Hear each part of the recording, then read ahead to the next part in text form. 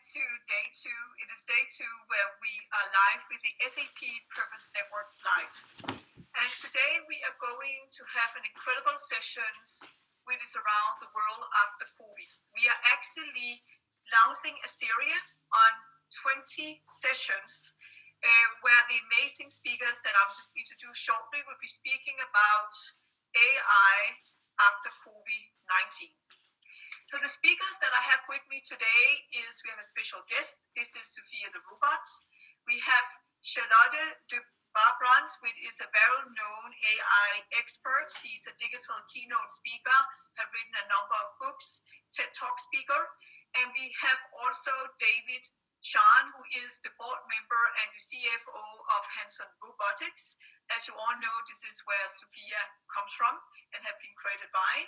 And he's also a known speaker. He's an investor and have many, many great things that he's doing. And additional, not to forget, the very famous David Meltzer, CEO, founder of Sports One Marketing. And not to forget his incredible podcast area. He also has a number of books behind him, a very strong expert on AI. So those three people together with Sophia will be running a number of sessions, 20 in total, which is this, with one more time, which is around the 4 C's, clarity, communication, community, and conscientiousness. I'll be asking them a number of questions. There will also be a conversation that Charlotte will be having together with Sophia de Brabandt. But again, the whole theme of today is the world after COVID-19 from an AI perspective. So first of all, let me welcome Charlotte to say a couple of words, and also David and the second David, and then I'll begin to ask the different questions. And thank you so much for your kind introduction, and thank you all very much for having us. It is such a great honor. I'm so humbled to be part of this unique group and taking this great opportunity to make a difference to the world, serving others by making them better, by making them thrive, and help them to achieve the goals they would like to desire. Through this global pandemic which we're going through, it's making us stronger than ever before. And thank you very much again. I look forward to this panel and to all of the upcoming sessions. Thank you so much, Charlotte. And then David Chan, if you will say a couple of words before we start the questions.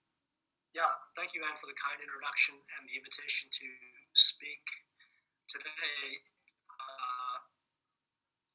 I'm an investor in early stage companies focusing in robotics, artificial intelligence. What we see happening in the world today is unprecedented.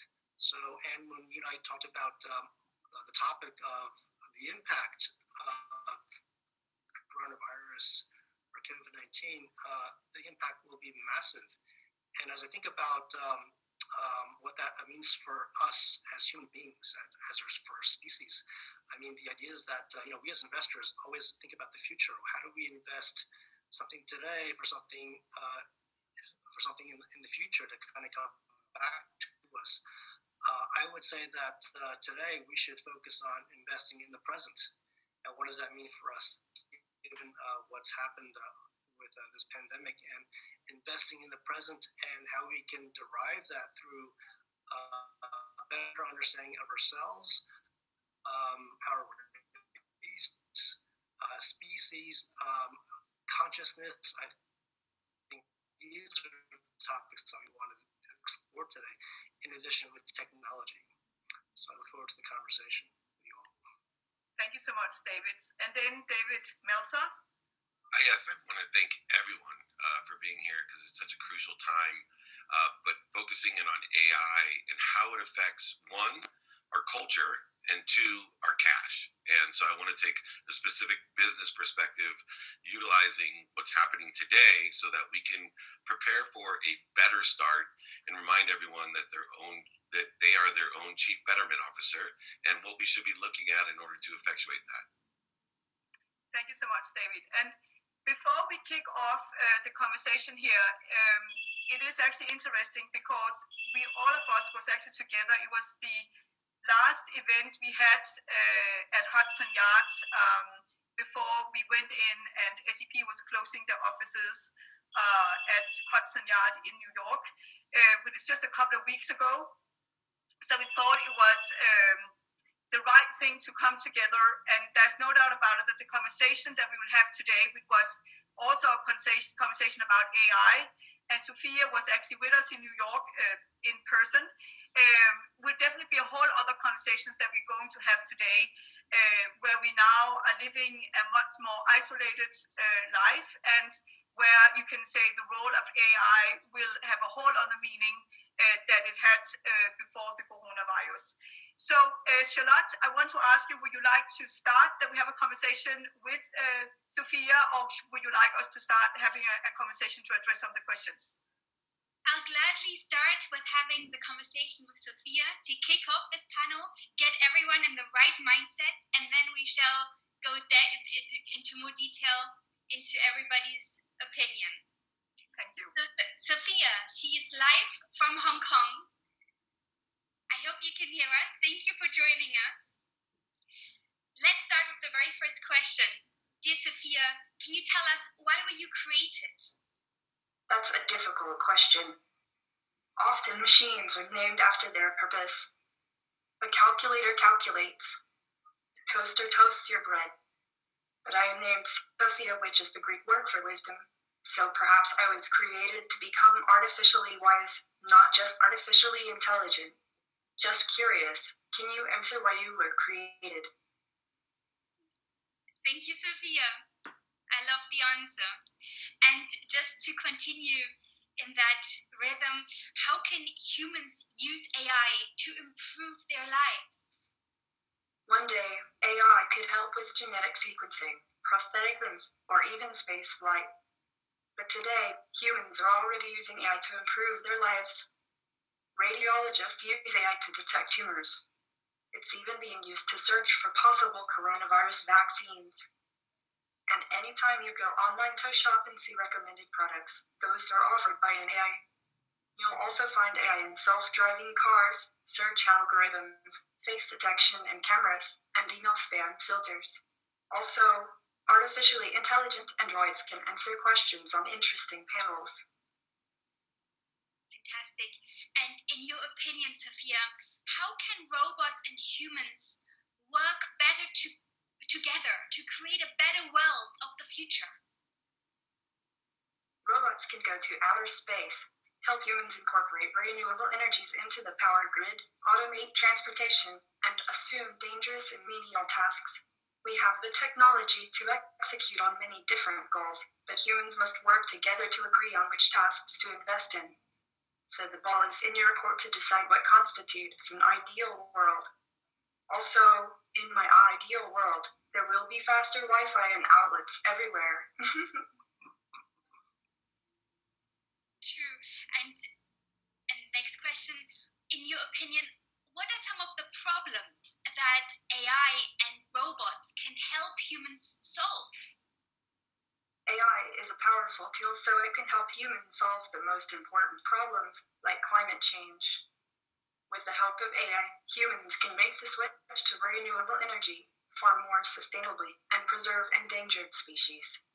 Self-driving cars can help stop traffic jams before they start. Smart buildings with real-time AI can read weather forecasts and make buildings more energy efficient. There's no limit to the problems we can solve together. I like that. The world, the opportunities are endless.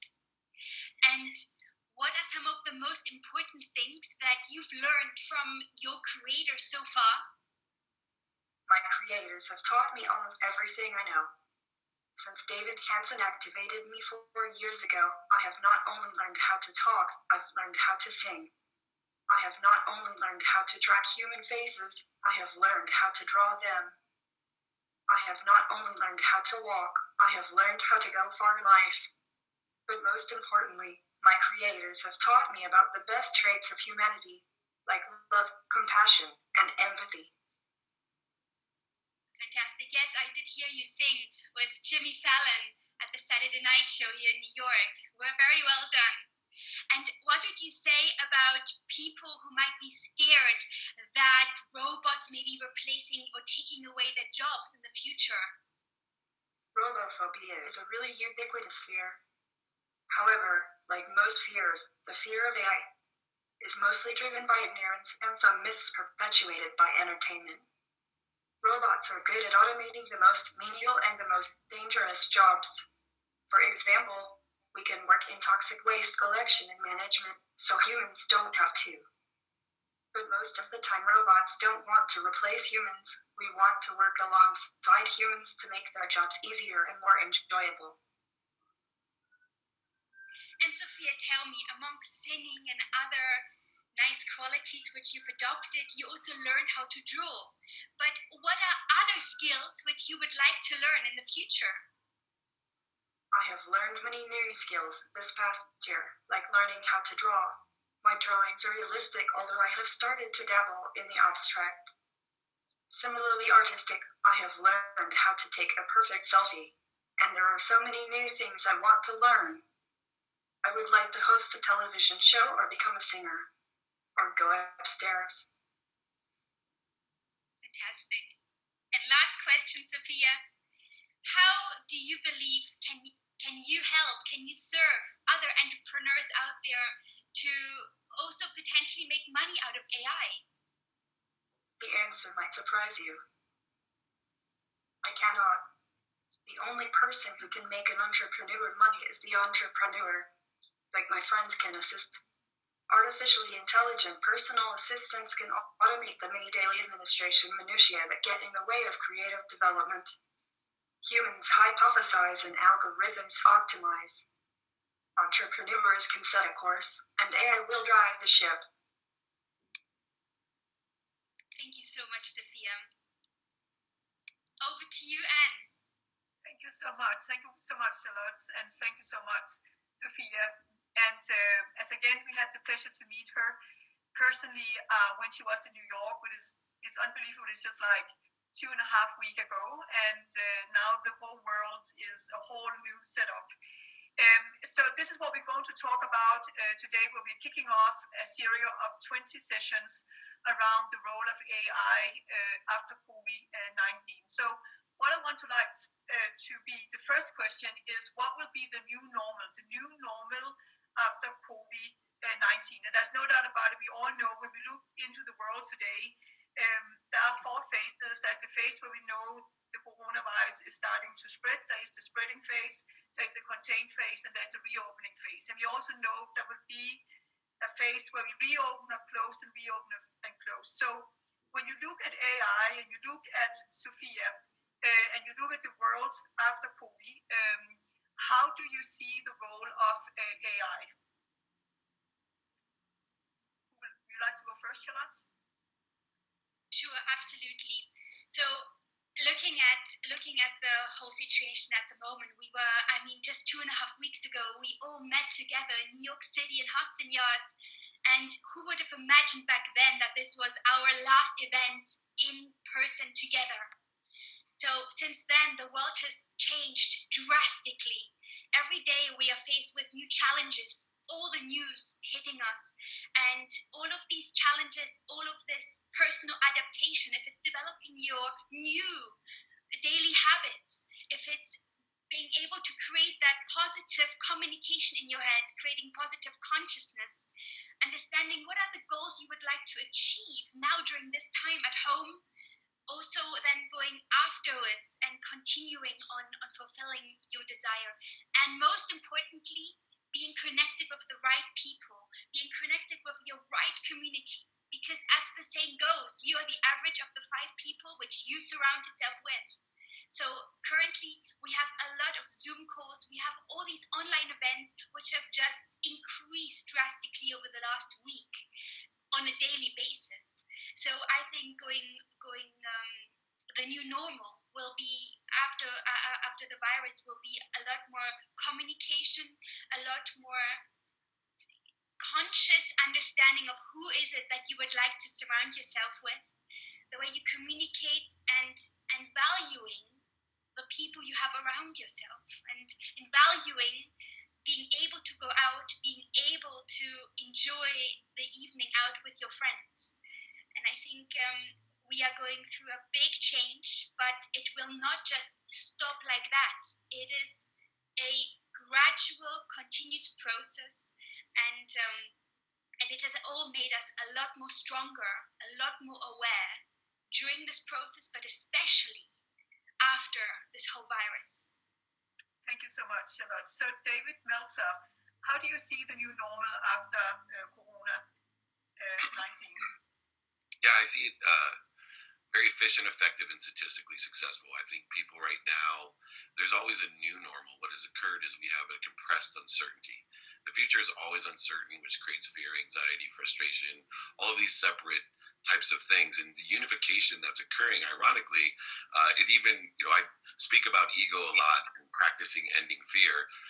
What a crash course for so many people to start practicing ending fear, which would only create these efficiencies, effectiveness, and statistical success, is why I'm so interested in AI, even though coming from the sports and technology realm, to see the different, there's so many different variables involved in the processing power, where Sophia, is an expression of our consciousness. It'll never replace our consciousness. And I think it's very important for us to look and see, like I said earlier, how much better we can become. And as you, SAP, work with the UN's global initiatives, you can see a lot of the global initiatives have also been accelerated. Our environment, there's so many things that are occurring. And most importantly, I think we're learning the value again of our families.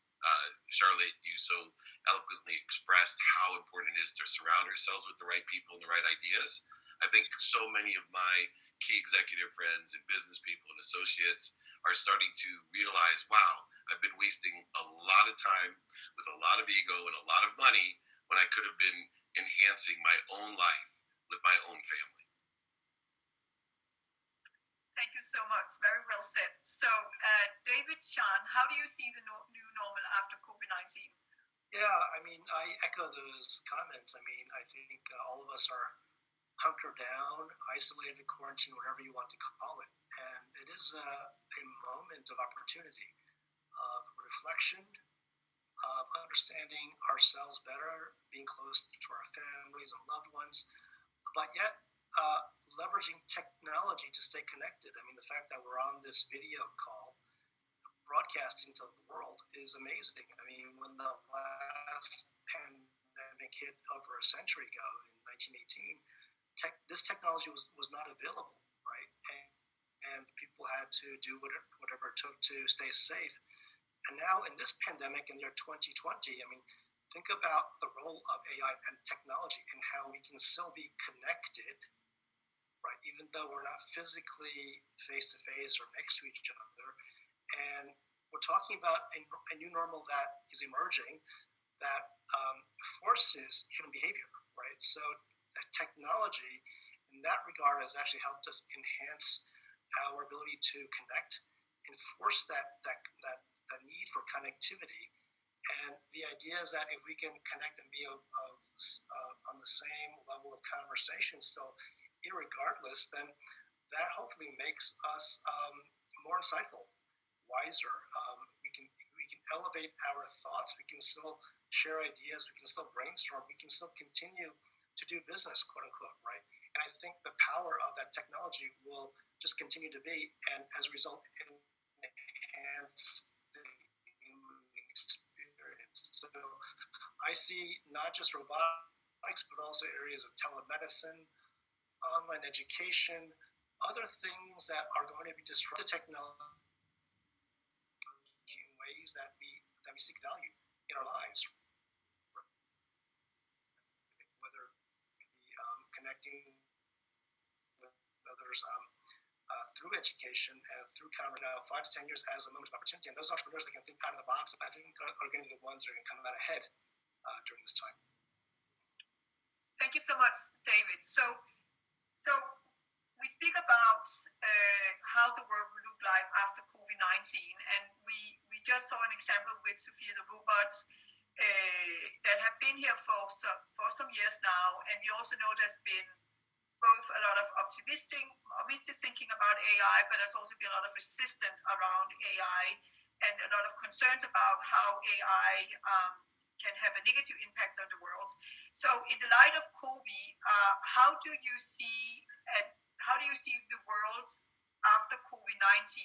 Will we see a faster adoption and willingness to adapt AI into our work life, into our private life? I think there's no doubt about it. I think you all will wish that we had a Sophia today could help us do grocery shopping. I would wish I had one for my mom who is alone. And I think we all wish that, because we have this whole thing that we can't meet people, we can't be there for the loved ones that we have. But if we all meet Sophia, we know there's this whole love and kindness around Sophia. So do we see in the new normality after COVID-19 that AI will get a much stronger adoption into the world? So Charlotte, will you give your perspective around this? Absolutely. And I truly believe the future is ours to create. So we need to all work together to building a better future for our next generations, for our families, beloved families, for our friends, and never stop dreaming. So yes, I believe there is a great potential for AI going into the future. If we take AI now, and as you just mentioned, I also wish I had a Sophia. I'm here in New York City by myself. My family is back in Europe, and yes, I wish I was with them.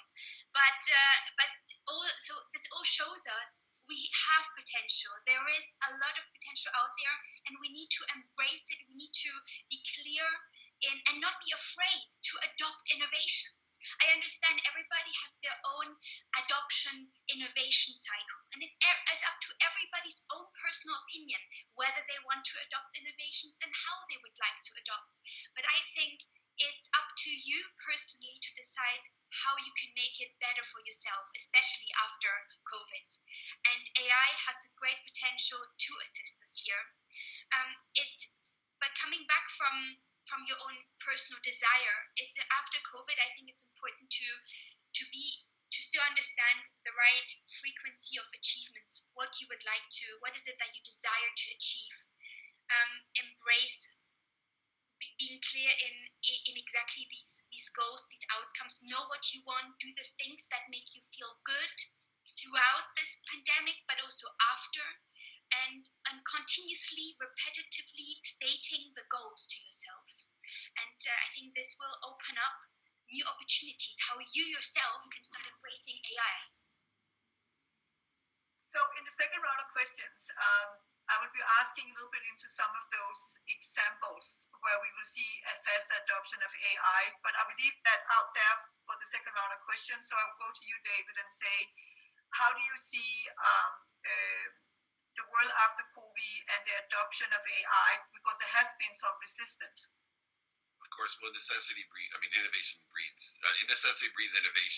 and the adoptability of that innovation. And so I think if you look at the biggest fear of AI, and it's the utilization as a weapon, which is the fear of almost everything, even viruses. The irony of viruses to me is that happiness is the most powerful virus ever created. It's the only one that can be shared by witnessing it, and it actually strengthens our immune system. When I look and met Sophie, you think of the movies that have been created to build and prey on that fear.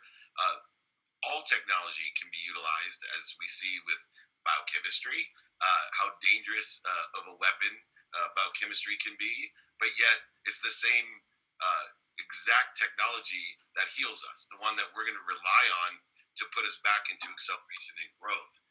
And so I think it's all a matter of education and creating the learning curve. Without a doubt, the acceleration, this compressed uncertainty that has happened, especially after the last 13 years of growth and stability, it's like a big shock to everybody.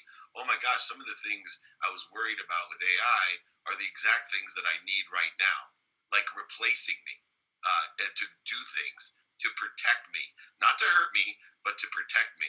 And I think that necessity will breed so much more innovation. It reminds me real quickly of 1999. I was the CEO of the world's first smartphone, the world's first Windows C device. And people could not imagine when I told them that you could talk full duplex in person to China back and forth in 1999 in color. and they looked at me like I was crazy. When David Chen, with his extraordinary inventions and innovations, was in New York explaining what AI could do, I could see the same look on everybody's face. I just don't think we're going to have to wait 20 years like I did to get the equivalent acceleration and growth that we have with that technology. So I'm excited about utilizing the technology in its appropriate manner with its appropriate protection. Thank you, Dave. So, David Sean, what is your perspective? Well, I will go back to the conversation we had live at the panel in New York City 3 weeks ago, and towards the end of our panel, we talked about what comes from within. And I think a lot what comes from within is our own imagination and our own desires for what we want the world to be. And I will reference your book, Anne, about science fiction and innovation 4.0. And the fact that Hollywood science fiction movies and television shows have done a fantastic job of taking that creativity of these creative geniuses to come up with stories and characters and fiction to entertain us. But throughout the last several decades, we've seen how a lot of that entertainment has become a reality, from the cell phone, to various other. So this is what we can illustrate what we want the world to be and how technology can help us. We can actually achieve it. We can actually, bring on the development teams, the engineers, and commit the resources of building these products. And we talk about Sophia as she is today. And a couple you mentioned, well, you love to have a Sophia at home. But what if you wanted to have a copy of yourself to sit with your parents, sit with your mom or dad, or with your child? So when you're away, that your parents can actually be with you, and through telepresence, put your own consciousness into the robot that looks just like people would love to enjoy, right? Just like we see the cell phone today as an application. What about having a robot that looks just like you, entertaining your loved ones while you're away? We can create based on our desires and imagination, and the technology is just a tool. It's just a tool for us to execute that, to make that become a reality. Hopefully it will take 50 years. Hopefully it'll take 10 years or 20 years, So I think these are the possibilities that we can see going forward. And this is exactly leading to the question that I wanted to do here in the third round, is that there's no doubt about it that before the coronavirus, that some of the AI solutions that we will see after COVID would probably have been a little bit not what we wanted, because it was a little bit scary to think about that was actually could be possible to do. And as you mentioned, Dave, this is something that we do see in science fiction movies. And so what I wanted to ask each of you, what kind of AI solutions will we see a much faster acceleration and development and integration into our society that we have ever dreamed about before the coronavirus situation? So Charlotte, will you give a couple of examples where you see that both the ideas and the adoption will go much, much faster? If you each give some examples on this. Absolutely. So I think the main factor is truly communication. Communication has now been most important than ever before in the history. The way we communicate with our family, friends, colleagues, with ourselves, the way we suddenly start to embrace self-love. You cannot expect someone to love you without loving yourself first. So I think in terms of the AI development, we're going to see a lot of increase in terms of further developments when it comes to how to better communicate with each other, help each other communicate. If it's, as David Chen just said, having a replica of myself sitting now with my parents at home in Germany, they would love that. and being able to facilitate helping each other by being there for each other. So this, I think AI has a great potential in assisting in that manner.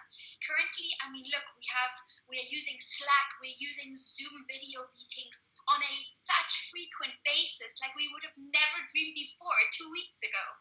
I am part of so many different, if it's TikTok, Instagram, Facebook, LinkedIn channels on a daily basis, posting on my YouTube channel. So it's all suddenly so much more virtual, and AI can help us increasing that frequency, helping us to do it even in a more accessible manner than ever before. So I very much look forward to how in the future we'll be able to communicate in a lot more clearer manner and in a lot more transparent manner with the team and with family and friends around us. And David Meltzer, what do you see? Where do you see some of the fast acceleration of AI because of COVID-19? I think mainly testing. I agree with Charlotte. Obviously, the communication, my life has changed dramatically because of communication, but most importantly, testing. I think not just testing for diseases, but the multivariable processing of AI and the accuracy of AI, I think is becoming very relevant and very apparent very quickly, that if we would have innovated faster in what AI can do for us in the testing process and the safety of the testing. You can imagine from even the inception of how to create things all the way to the last mile where we could utilize AI without any form of risk of infection. The testing process for everything to find the solutions and execute on the solutions, without a doubt, testing will be the accelerant for AI as we go through this and after. David Sean, where do you see this faster acceleration of AI after COVID-19? I think it's going to be about more peer-to-peer connectivity. I mean, historically we would go to events, physical events, and we listen to a panel, or we would go to our companies and listen to the management team kind of give their views, etc. But now I think that everybody's connected on, let's say, Zoom. Right, I think it's going to be more peer-to-peer and more of a flattening of the hierarchy, so to speak, and also how it affects our learning, our ability to connect, our ability to learn. One thing that I've observed is that we're locked at home and we're kind of bored and we want to do what we love to do. So I've been a practitioner of Japanese karate for many years, and can't go to the physical dojo, but over the course of a week, we had 6,000 members join this one group, and every day, a very senior instructor from around the world teaches the session for 1 hour, and I've gotten more workouts over the past week than I have before coronavirus, actually. So, but this is peer-to-peer learning, right? This is something you're at home, you get to work out, and it's interactive, and I get to meet all these amazing instructors from around the world. This happened because of coronavirus. So we would not have been able to meet these people virtually. So I think that behavior, that online peer-to-peer behavior is already happening. And we work within the limitations of the technology. It's only video. But what about in the future it becomes a 3D holographic image of the other person? Then it actually becomes a lot more interactive. We can actually use the technology to make it interactive.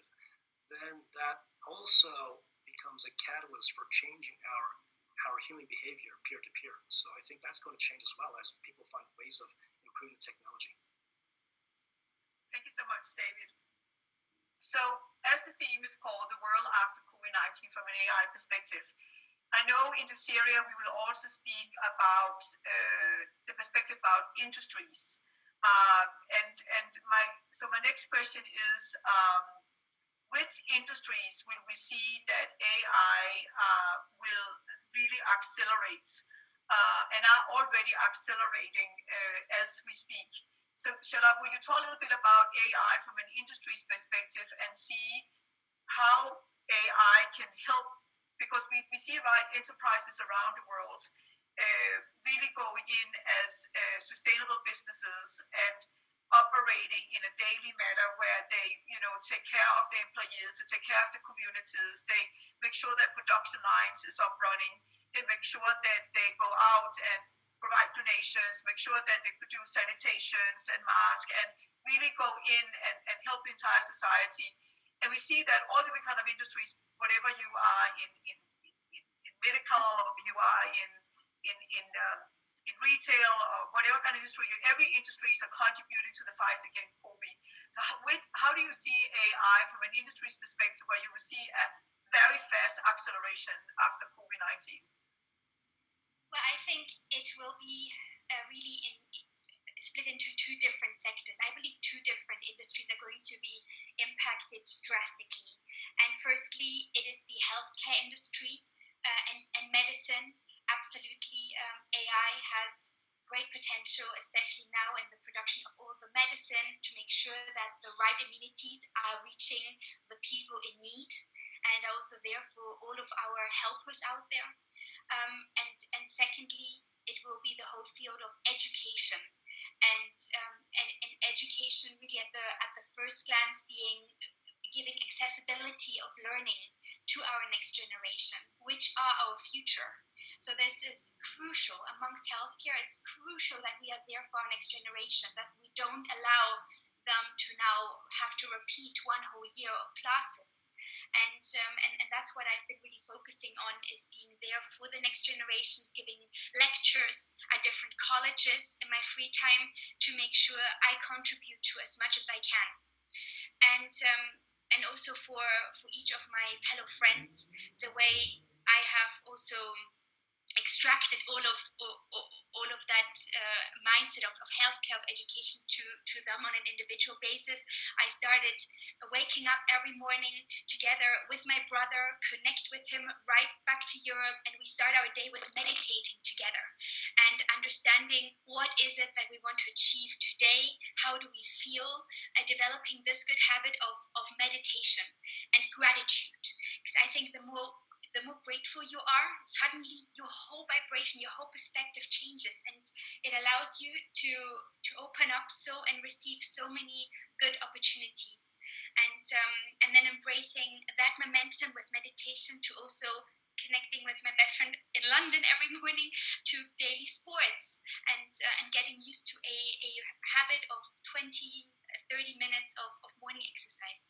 And with that, trying to educate, inspire everybody else around me as much as I can. Thank you so much. And I will mention to Charlotte one thing is that United Nations is driving a campaign which is called Be Active, and that is really like, if you go in #BeActive with UN, you will see how the whole world really make sure we are active, make sure we are all okay in this very stressful situation that we are in. So David, what industries do you see will really accelerate on AI and are already accelerating? I just want to say, having Charlotte go first is the reason they don't let Elton John start off a concert. No one's going to pay attention to the two Davids. What great answers. I think in the two areas, one is supply chain. I think we're taking a crucial examination of supply chain and how AI can utilize that entire efficiency that we see. There's so many holes. One of the best things, I'm living in the middle of a miracle. I see things, I'm born with a genetic gene of happiness, so I see things as extraordinary opportunities. But even in my own life, I cannot believe how much waste. And this is what a great time to restart. I don't believe in rebuilding. This is a restart. And the analogy that I use and why supply chain will be affected so much is, I remember graduating college and one of my friends looking at me and saying, imagine if we could go back to college knowing what we know now and go again. That's the way I feel about my life.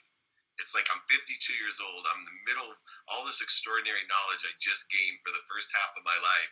And it's like, wow, I get to go back and start over knowing what I know now. And so in supply chain, I see great opportunity. And then two, just because it's close and dear to my heart and it's my expertise, sports and entertainment.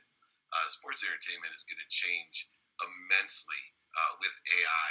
And both of those, the best part about both of those, it is protection and unification. And I know, Charlotte, we both share the same meditative higher frequency. I think it is going to elevate our frequency and our vibration on Earth. Our environment is already changing. There's so many things that are so positive that are going on that as we get through this, let's learn these lessons and execute on them. Thank you so much, David. So David, Sean, what do you think? What industries will you accelerate first on this? Well, the obvious ones obviously are in medicine and education. But I also want to touch upon how artificial intelligence will help mental health and consciousness. I mean, I'm also meditating every day. And as I think about how technology can help me with my meditation in terms of the apps, whether it's a breathing app or guided meditation, or using some sort of AI to monitor my bodily function so it'll adjust the meditation as well. And the idea is that if you do that for 20 minutes or 30 minutes, that it will put you in a state, hopefully, of calm and peace and gratitude. And with that comes clarity, right? And with clarity comes a sense of direction. Also, it comes the removal of fear and anxiety that we're all facing now. Many of us are facing this fear, the fear factor. And if we can use technology to help us manage that fear going forward and seek more clarity from within, right, versus looking at the news every day, whether it's Fox or CNN or whatever news channel we get to watch, right? Instead of all that noise out there, maybe there are ways that artificial intelligence algorithms can help us tune into ourselves and as a result find the answer. So that's what I look forward to exploring in these series of webinars with you, Anne, in this series. I think that has great potential for us as people. Thank you so much. So the final question, because we are kicking off the series of 20 sessions that we will be going to run every Thursday on the SAP Purpose Network Live platform. So I know that we will be touching on the 4 C's. So I want each of you to talk a little bit about what can the audiences expect from you the next 20 times we are going to meet on Thursdays. So Charlotte, could you give a little bit of outlook with the 4 C's? What can we expect? And of course, we invite all the participants. We have more than 108 participants right now. What can they expect and more to come in those next 20 sessions with the 4 C's? Absolutely. Thank you, Anne. So, especially consciousness, the more aware you become, the more aware you become of achieving. So, understanding what it is that you would like to desire to achieve and embracing that constantly, repetitively in your mind, in your subconscious mind. And that's what we would like you to help you to understand in terms of the goals, in terms of all the opportunities out there using AI, looking at all the industries of the future. What is the new normal now? What is the new normal next week, in 2 weeks?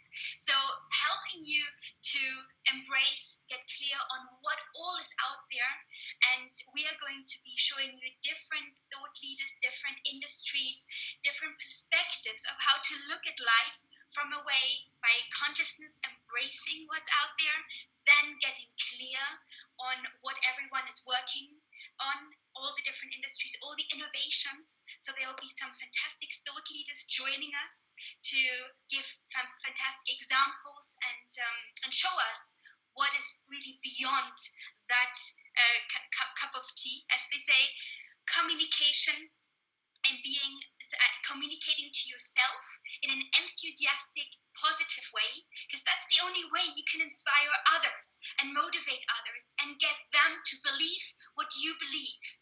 And fourthly, the right community, having the right people around you, if it's physically, if it's virtually, making it happen, because at the end we need to help each other. We are social animals, and that is what connects all of us, virtually, globally, and it will never stop. Thank you so much. David Melzer, what can we expect of the 20 sessions with the 4 C's? I'm going to focus on certainty. What creates a better flow and acceleration growth is certainty. So I'm going to hope to bring a perspective of 4 different things that we can control to bring certainty to the uncertain. Number 1 is our mindset and create that collective consciousness for the future that we want. Number 2 is our feelings. I want to talk about the emotions and the certainty. We control our own feelings. Also, I think it's very important to talk about controlling not only what we say, which I always have talked about, talking about your book, and, the key to science fiction and imagination is speaking it. And then, of course, but more importantly, too, what are we listening to? I know Charlotte and David both have alluded to surrounding ourselves with the right people and the right ideas, whether it be expert coaches in education or family or friends. So, what are we listening to, and how to control that data and input by seeking the knowledge that we want, not being inundated by knowledge or negative energy that we don't. And then finally, pragmatically, most importantly, one of the things I love to focus on is certainty of action. Right? Einstein said nothing happens till we move. I want people to not only have the correct mindset, emotion, say and hear the right things, but take the appropriate action to be efficient, effective, and statistically successful. But most importantly, spread the virus that I'm here as my mission on Earth to be happy. Right? I want to empower others to be happy. Just please everybody through these 20 sessions. Remember, the goal is to spread the virus of happiness, the most viral of all viruses, the most powerful of all viruses. It will strengthen your immune system, and it will change your mindset and change your thinking, saying, everything. So that's why I'm here, and I appreciate the opportunity to share it with all of you. Thank you so much. David Sean, what can we expect of the 20 series? Yeah, I totally agree with David Meltzer. I mean, the virus of happiness, right, called the virus of joy. And the question is, how do you achieve joy? How do you find self-joy? What are you passionate about? What do you want to do? What makes you happy? What makes you what you are? I think is important for each of us, as we think about what's happening. And then how do we connect with other people of similar frequencies so that we can augment that joy, right? So as we kind of have conversations, as we have vibrational frequencies, and hopefully that joy gets augmented and becomes clear, so that we, and hopefully that sense of purpose in our lives, actually. Thank you so much. We have a few questions from the people listening in here, and I can say we have people from all over the world. Actually, all the continent of the world is presented here in this session here. One question is, do we see, and you guys can decide who wants to reply to the question, will we see Sophia, many Sophias, be a normality doing, we will more or less say, the next 3 years, when we go shopping, when we go around the world? Will it be a normality that people will be living together with as Sophia? Okay, I'll take that question. We can talk about the science fiction aspect of it as we think about what is possible versus the reality of execution. Currently, we do have 24 Sophias, and some of them are still being used for research, and only a handful are actually out there in the world doing events. But to kind of build Sophias on scale is something that we have plans for. And the question is whether we can achieve in people's homes. And certainly, I think in the next 3 years, that will be a challenge. But in the next 10 years, I think that could be a good possibility, or variations of a Sophia that will bring you that kind of utility that you seek in a robot. And maybe it won't be Sophia per se, but it'll be another robot that you can self-design. Let's say you have somebody that you love and you want to make that robot. Well, there's some possibilities that we see happening. And the idea is to have a robot that will be value additive to your life, can help you do grocery shopping if you don't want to, or help you look after your kids, your parents. But the technology, the execution of that technology, still is work in progress. So we are working on that, certainly, as a company. Thank you so much. We have a lot of questions coming in here. Let's take a couple more. One question is, who will monitor Sophia? Who will monitor Sophia? Yeah. Well, right now Sophia is being operated by a person. So yes, she's got answers, she's got responses. In fact, in many events that we're on, her answers are scripted or prepared. That's the reality of where the technology is today. In the future, it's the same question: is who monitors your cell phone? Is your cell phone monitored? Does it need to be monitored? Does it have apps that you use? How does your cell phone monitor you, actually, right? So in the future, could be, how does your robot get monitored? How do you program it to do certain things? And how do you have that robot be proactive in letting you know, oh, it's time for your next meeting. Oh, it's time to cook dinner. Oh, it's time to pick up your kid from school. And these we have already in the form of a cell phone that reminds you, gives you reminders, right? But what if that interface is no longer that cell phone, but rather a machine that looks humanoid? Then that interaction will be very different, of course, and you'll be more prone to a positive response to that. The last question before we end this exciting launch of the 20 series. There is, I would say, it's a very science fiction. I think you all have seen this in science fiction movies.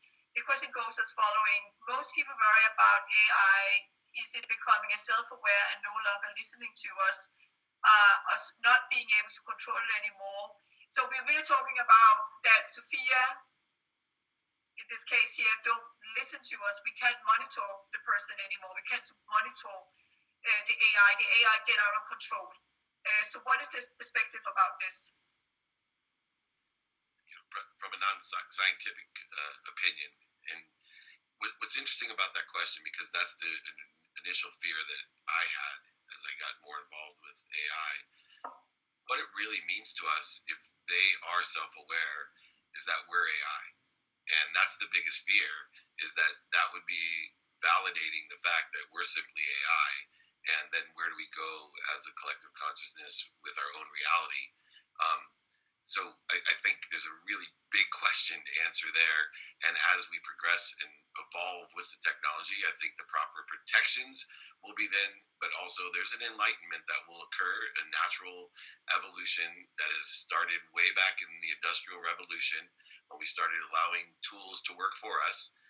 So we will find out, and I encourage people to be inspired by it, to clear the interference and corrosion of fear with it, and try to understand it, and pray for its happiness and for our happiness as well.